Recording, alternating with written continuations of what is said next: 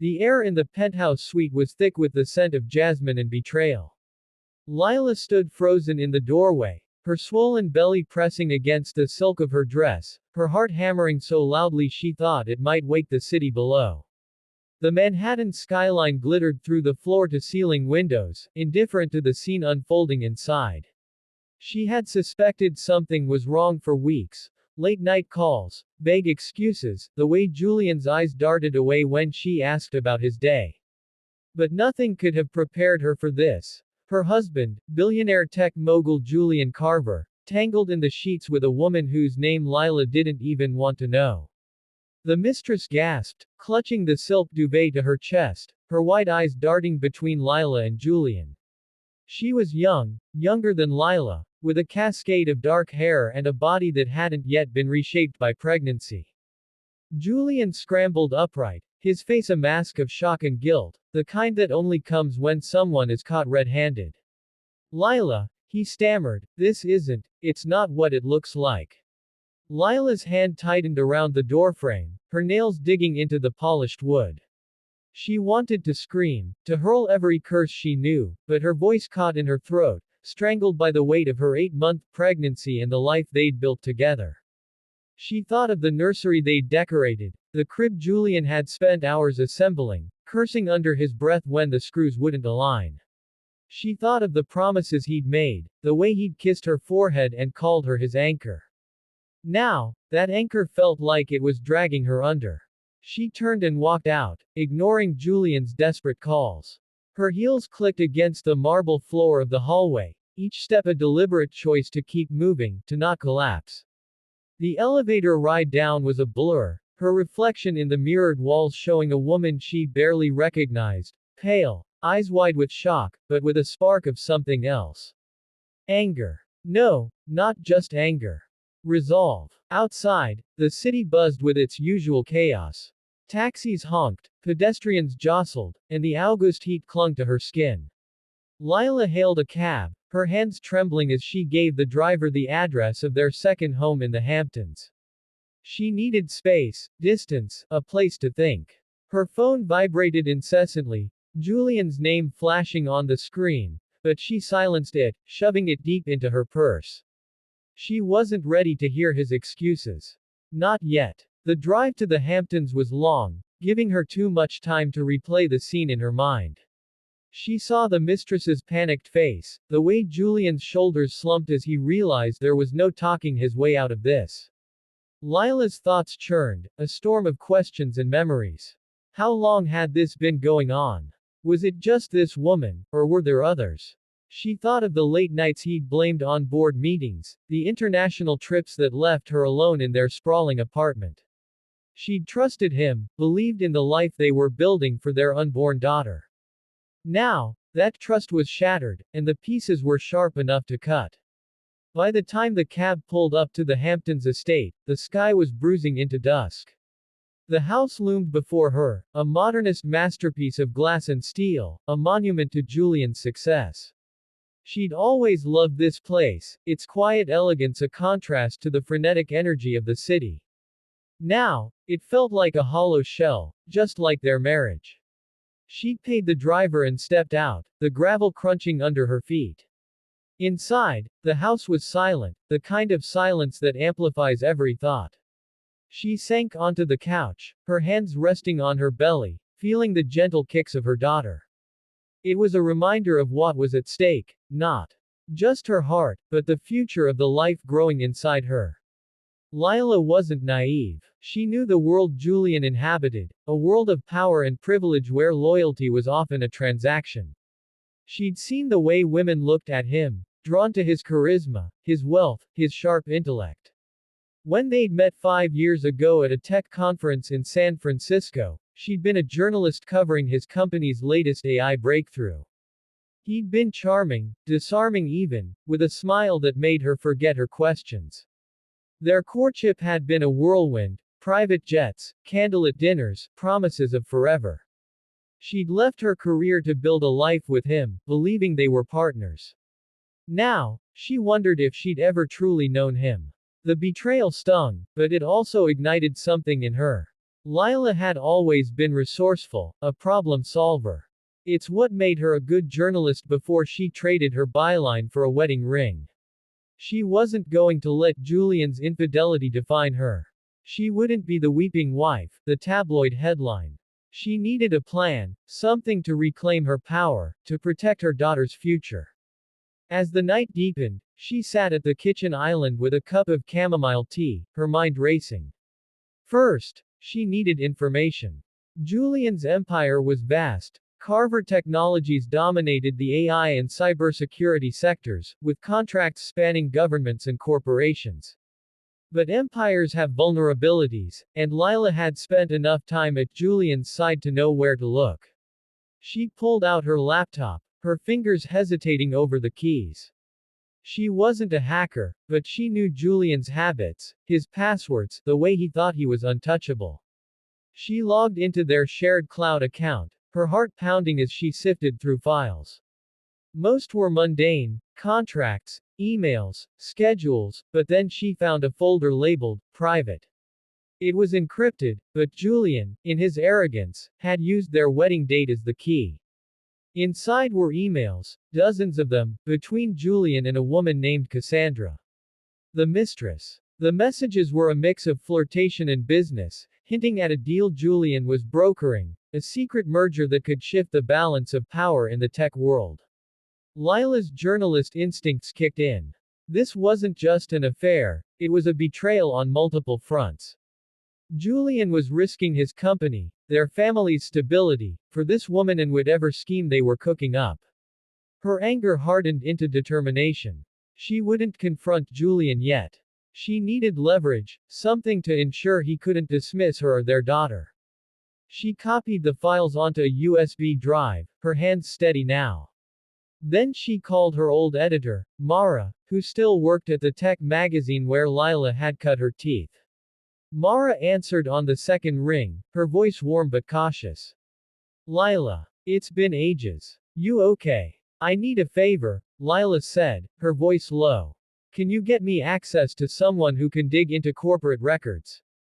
Discreetly. Mara didn't ask questions. She'd always trusted Lila's instincts.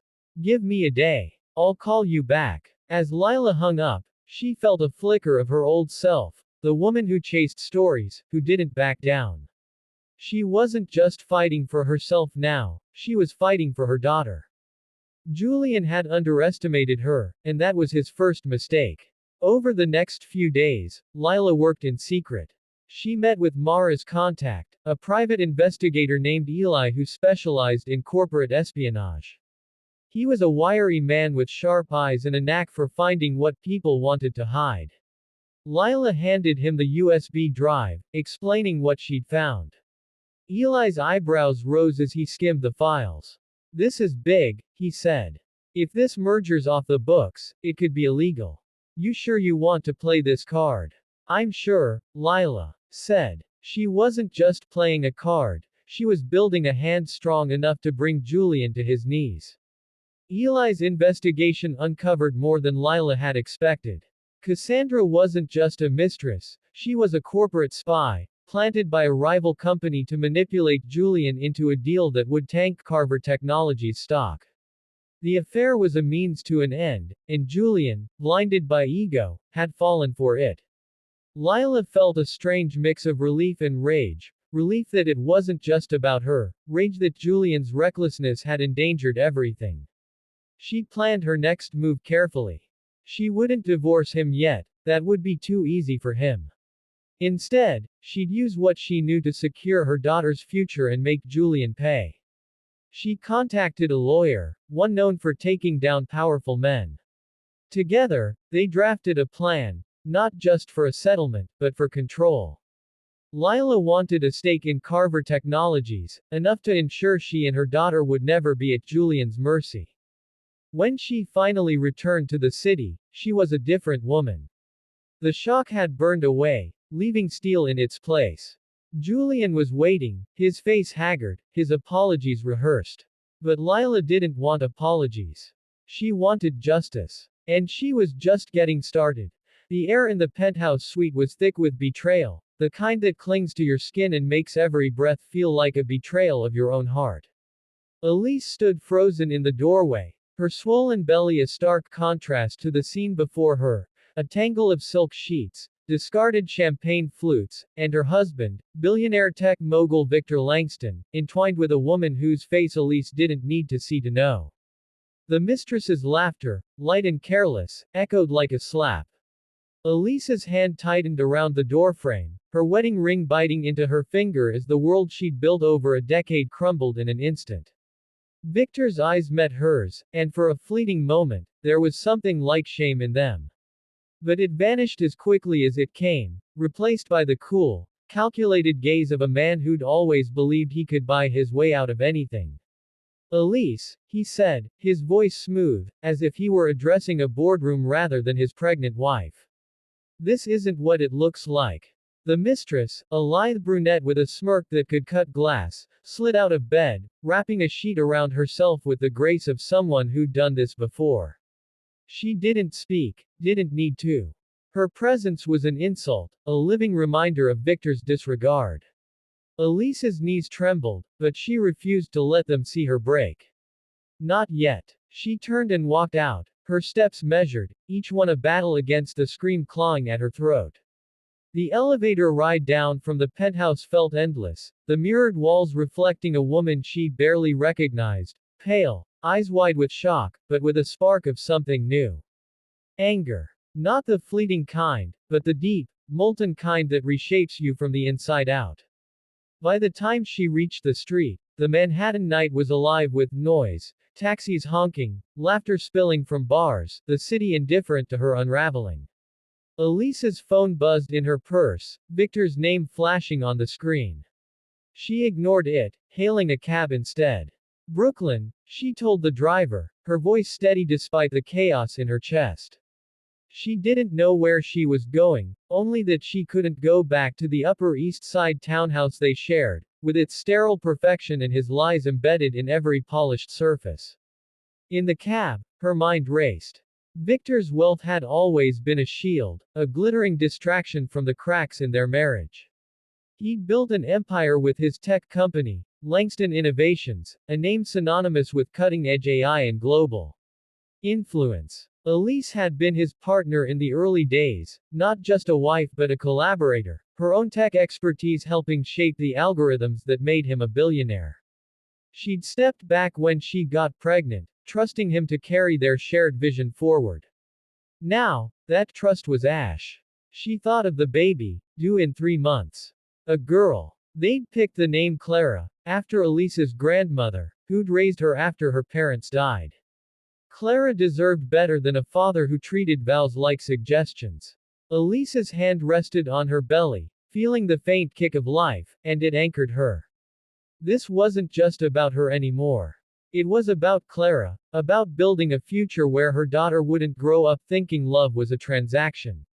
The cab stopped outside a small, dimly lit cafe in Brooklyn, one she'd frequented in her 20s when she was still coding late into the night, dreaming of a startup that could change the world. Inside, the smell of coffee and fresh bread was a small comfort. She ordered a decaf latte and sat in a corner booth, her mind shifting from shock to strategy. Victor would expect her to cry, to beg, to accept his apologies and his excuses. He'd underestimated her for years, mistaking her quiet strength for compliance. That was his mistake. Elise pulled out her laptop, an old habit from her coding days. She hadn't touched her own projects in months, but her fingers moved with purpose now, logging into a private server she'd set up years ago, one Victor didn't know about. It held backups of her early work, algorithms, prototypes, ideas she'd shelved when she married him. One in particular stood out, a predictive AI model she'd designed for detecting fraud in corporate systems. It was unfinished, but it had potential. More importantly, it was hers. She spent hours in that cafe, the world outside fading as she dove into the code. Lines of logic and data flowed like a language she'd forgotten she spoke fluently. The model could analyze patterns, predict outcomes, expose weaknesses. And Langston Innovations, for all its polish, was riddled with weaknesses, financial discrepancies, backdoor deals, secrets Victor thought he'd buried. Elise had always known more than she let on. She'd seen the irregularities in his company's books, the offshore accounts he thought were hidden. She'd stayed silent, out of loyalty, out of love. No more. By dawn, her plan was taking shape. She wouldn't confront Victor directly, that would give him the chance to manipulate her, to charm his way back into her trust. Instead, she'd hit him where it hurt most, his empire. Elise contacted a lawyer, a sharp woman named Rachel she'd met at a tech conference years ago. Rachel specialized in corporate law and had a reputation for taking down giants. Over a secure call, Elise laid out her suspicions about Victor's financial dealings, her voice calm but unwavering. "I want him exposed," she said. "Not just for me. For everyone he's cheated." Rachel didn't hesitate. "If you've got evidence, we can bury him. But it's going to get ugly. Are you ready for that?" Elise thought of Clara, of the life she wanted for her daughter. "I'm ready." Over the next week, Elise worked in secret, gathering data from her private server and cross-referencing it with public records Rachel helped her access. Victor's calls went unanswered, his texts ignored. He showed up at the Brooklyn apartment she'd rented under a friend's name, but she wasn't there. She was in cafes, libraries, co-working spaces, piecing together a case that would unravel Langston Innovations' pristine facade. The fraud detection algorithm she'd built was her weapon, pinpointing transactions that didn't add up. Shell companies, inflated contracts, payments to non-existent vendors. Victor had been siphoning money for years, not just to fund his lifestyle but to cover up mistakes that could tank his stock price. Elise also reached out to an old colleague, Sam, a whistleblower who'd left Langston Innovations after clashing with Victor. Sam had been skeptical at first, but when Elise shared snippets of her findings, he was all in. "He's been dodging accountability forever," Sam said over coffee, his eyes glinting with the same fire Elise felt. "Let's burn it down." Together, they compiled a dossier, emails, financial records, encrypted files Elise had pulled from her server. The algorithm flagged patterns no human auditor could catch, and Sam's insider knowledge filled in the gaps. They leaked the dossier to a trusted journalist at a major outlet, ensuring it couldn't be traced back to Elise. The story broke on a Monday morning, the headline screaming, "Langston Innovations under fire, allegations of fraud rock tech giant." The fallout was immediate. Victor's face was plastered across every news site, his polished image cracking under the weight of scrutiny. The stock plummeted. Investors panicked. The board called an emergency meeting. Elise watched it unfold from her laptop in the Brooklyn apartment, her heart pounding not with fear but with a strange, fierce pride. She'd done this. She'd taken the man who thought he could break her and turned his world upside down. Victor called again, his voice no longer smooth but desperate. "Elise, we need to talk. You don't understand what's happening." "I understand enough," she said, and hung up. The legal battles would come. Rachel was already preparing for them, but Elise wasn't done. She revived her old startup idea, using her algorithm as the cornerstone. Investors, intrigued by her role in exposing Victor, started reaching out. She didn't need his money or his name anymore. Clara would grow up knowing her mother was a force, not a footnote in someone else's story. As the weeks passed, Elise felt the weight of her pregnancy, but also a lightness she hadn't known in years. The mistress was gone, a minor player in a much bigger game. Victor's empire was crumbling, and Elise was building her own. She looked at her reflection in the apartment's small mirror, seeing not just a wife or a mother, but a woman who'd reclaimed her power. For Clara. For herself. And for every truth Victor thought he could bury.